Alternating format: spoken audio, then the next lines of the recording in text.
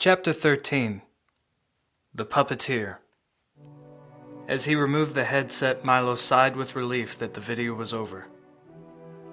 He was glad to have gained some understanding of their position and the history of what had brought them to this point. But it did nothing to ease his doubts over what their next move should be. Alice was still crying in her chair, but Dexter emerged from behind the shelves of tapes. "So now you know," choked Alice. "You guys can't trust me. I was bred to be nothing more than their puppet." Milo jumped to her side and took her in his arms. She sank into his embrace and pulled him in. Milo felt her shaking from sobbing for so long and tried to hold her so she could calm down. She just buried her face into his chest. "No, Alice. It can't be. It must not have worked the way they meant for it to.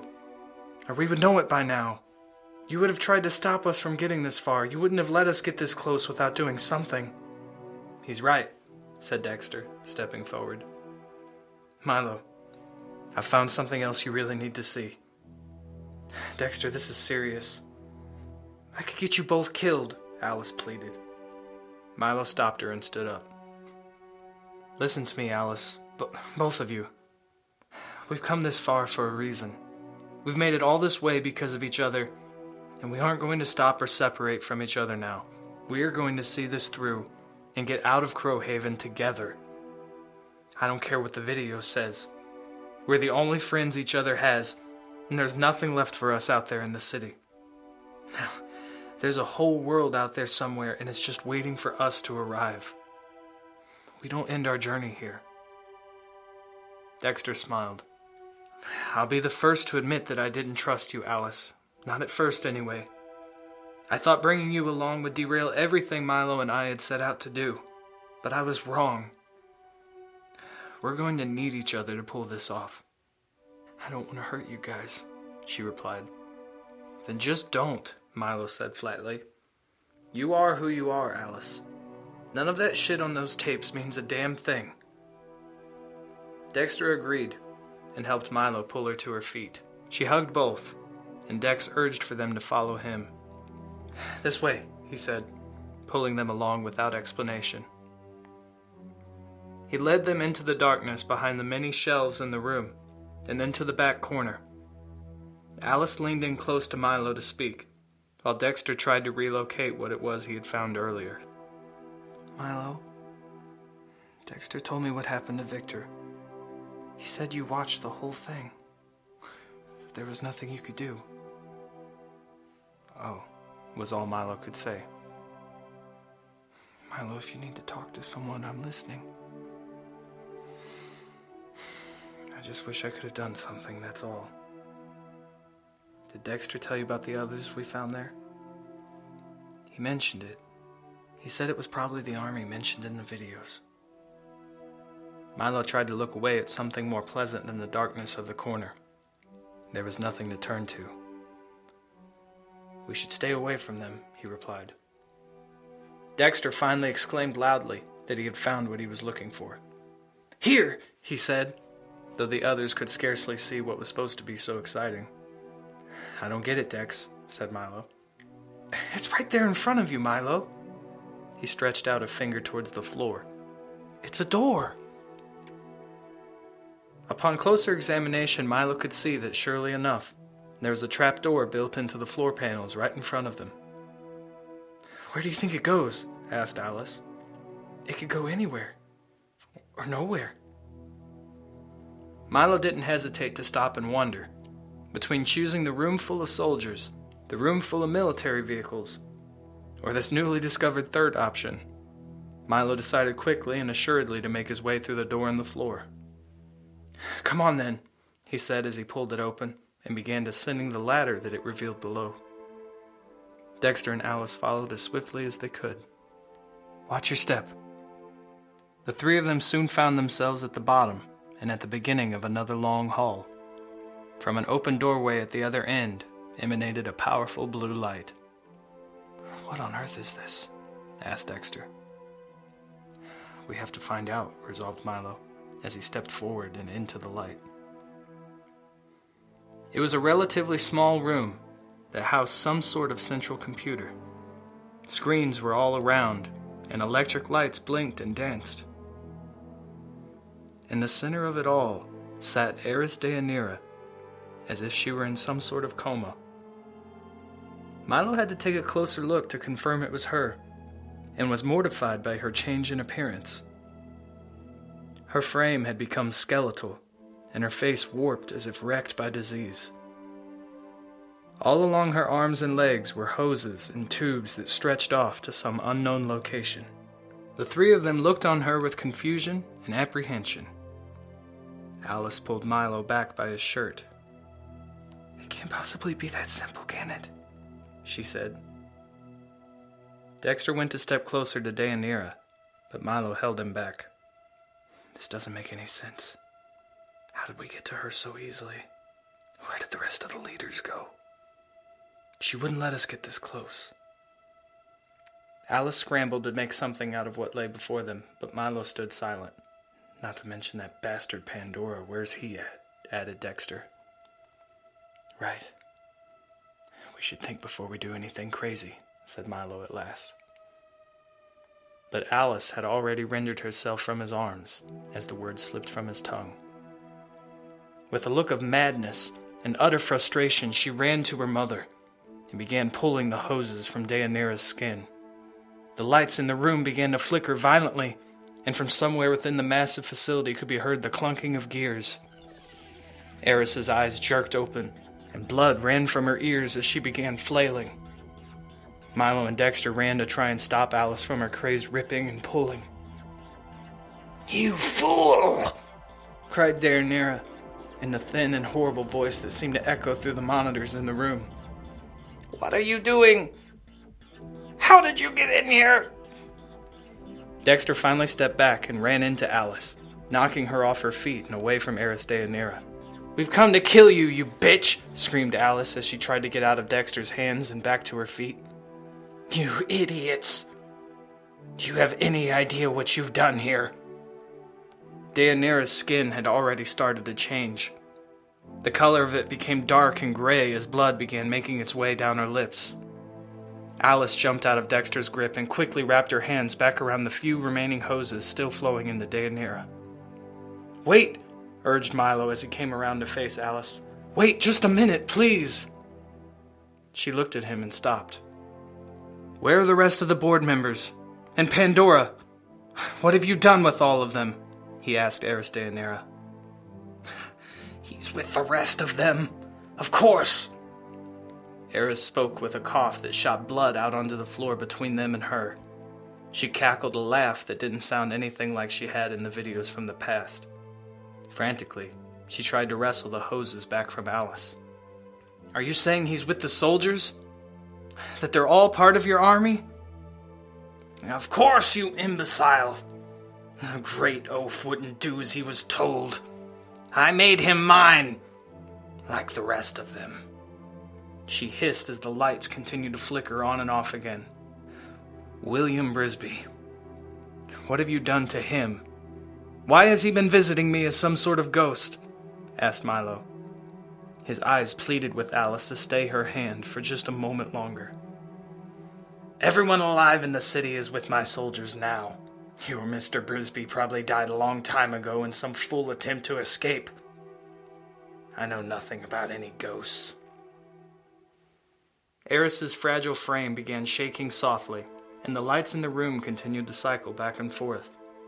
Her words rang in Milo's ears and replayed. "You've ruined everything, and doomed us all," said Eris as her body seemed to shrivel. "The moment you pulled those hoses, I lost all control of the army. My connection with the facility is broken. It'll act on its own. The people will have woken up by now, and at any moment will be ripping each other apart like animals." Alice tightened her grip on the remaining wires and tubes. "You're lying," she challenged, but behind her head the computer screen had flipped on. "Take a look for yourself, child," said Eris, accompanied by an awful sound that resembled laughter. To their collective horror, the screen showed all the citizens of Crowhaven in the room where Milo and Victor had only been moments before. Every one of them was beginning to stir. Within seconds, people were screaming and hurting one another. Some of them even clawed each other like beasts, while others bashed each other with whatever they could find to use as a makeshift weapon. Blood soon began to flow, and Milo had to look away. Alice relinquished her hold on the hoses and began to weep. Look what you've done, my child. You've brought death and destruction to all of Crowhaven, just as you were born to do. Perhaps you weren't my greatest failure after all. The creatures in the other room had begun gnawing on each other's flesh, and the floor was stained red from their wounds. Alice sobbed as Eris continued to gloat, and Milo looked on in complete confusion. He was frozen in place and unable to move a muscle. You've doomed yourselves to death. When the crowd gets to you, they'll eat you alive, as you wail for your loved ones, Eris croaked. Dexter had made up his mind. Without asking for Alice or Milo's opinions, and with one fluid movement, he drew his gun to Deianira's head and pulled the trigger. The light stopped flickering instantly, and the computer screens all went black. All that could be heard was the sound of Alice's crying. Milo looked to Dexter for answers. "What was that?" he asked. "I've heard enough of this bullshit, Milo. If those freaks are going to tear each other apart and this bitch is dead, then they can't bring their war to the world. All we have to do is get the hell out of there and put an end to this." Milo stood and embraced his friend. To their side, Alice got back to her feet. "Alice, I'm sorry. They were your parents," said Dexter in sudden realization of what he had just done. She shook it off as her lips trembled. "If you didn't do it, then I would have had to," she stated with a sort of gentle firmness. Milo stared blankly at the screens and Eris Deianira's mangled body. His friends looked to him for direction. "What are we going to do? There are thousands of those things out there. They're bound to find us eventually if we can't find a way back out." "We can't go all the way back out the way we came in. We'll never make it," said Alice. Dexter closed his eyes and thought. "I've got an idea," he said. Milo looked at him and felt pride for his friend. "Lead the way, Dexter." Milo motioned for him to take them back outside. For the first time since they had set out from home looking for explanations, Dexter took charge of the group and directed them back up the ladder and into the video room. Even from there, they could hear the awful screaming of the mass of people just one long hallway away. They all did their best to not acknowledge the sound, but it penetrated their heads and dug deep. From there, they retraced their steps back out into the gigantic room full of vehicles. "What are we doing, Dexter?" asked Alice. "What's your plan?" Dexter grinned and picked up his pace. "We're going out the door," he said, while pointing at something in the distance. As they got closer, Milo squinted and could just barely make out what it was. "Dexter, what are you planning to do with that?" asked Alice. "A bulldozer? None of us even know how to run something like that, Dexter. We don't even know if it will start." Milo tried not to offend his friend, but couldn't understand where Dexter was taking all of this. "We'll have to learn, I guess. We don't have a lot of time to just stand around and think about different ways to get to the surface. I'm not even sure we could come up with anything. This might be our only choice, our only chance, really." Dexter seemed sure, and Milo couldn't help but believe in his judgment. Dexter took the seat as Milo and Alice held tightly onto the door jambs. Cautiously, Dexter began searching for some sort of ignition, hoping that there wasn't a key missing. Several buttons accomplished absolutely nothing, but finally he pressed on one that caused the machine to lurch to life as a huge puff of black smoke burst from its exhaust. All three of them screeched in excitement with their success. "Which one of these things do you suppose is the throttle?" asked Dexter as he thrust one of the levers forward. They all jolted as the bucket of the tractor rose up towards the ceiling. "Put that thing back down!" called Milo over the hum of the engine running. "Try another one." Dexter quickly pulled the lever back, but overestimated his pull and the bucket crashed into the ground and began lifting the front of the machine. "Dexter, fix it!" screamed Alice. Dexter finally evened out the bucket and tried the lever on his opposite side. At last, they were moving. "Do you really think this thing can get through that door, Dexter?" "Sure," said Dexter, as if he knew for sure that it would. As he moved the throttle forward and the dozer began to pick up speed, Milo began to doubt that they would be able to smash to the other side. The idea of plowing into a steel door at high speed began to seem rather unwise.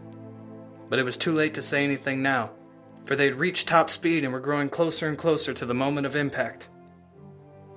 "Dexter, we don't even know what's on the other side," he yelled. "We're about to find out." At the meeting of steel on steel, Milo nearly lost his footing and would have tumbled from the bulldozer had not Dexter managed to grab hold of his shirt collar before he tumbled from the side. But the bucket tore the door from its hinges, just as they might have hoped, and turned the rusted steel to shreds. Sparks shot from the collision, and smoke belched from the tractor, but they found themselves on the other side of the wall.